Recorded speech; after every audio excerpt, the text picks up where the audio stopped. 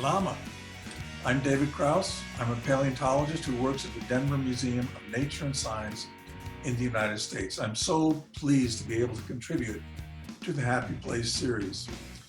I've done field research in Madagascar since 1993 and feel so honored to be able to help document the rich fossil history of your wonderful country.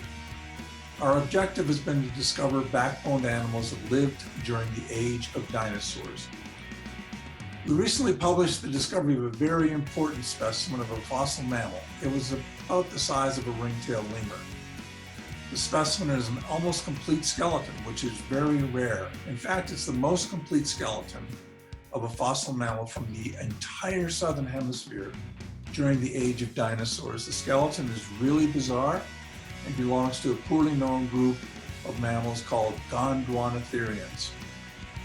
Because it was so peculiar, we named the animal Adalatherium, which means crazy beast.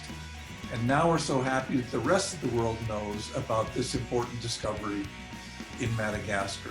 Thank you for listening. Beluma.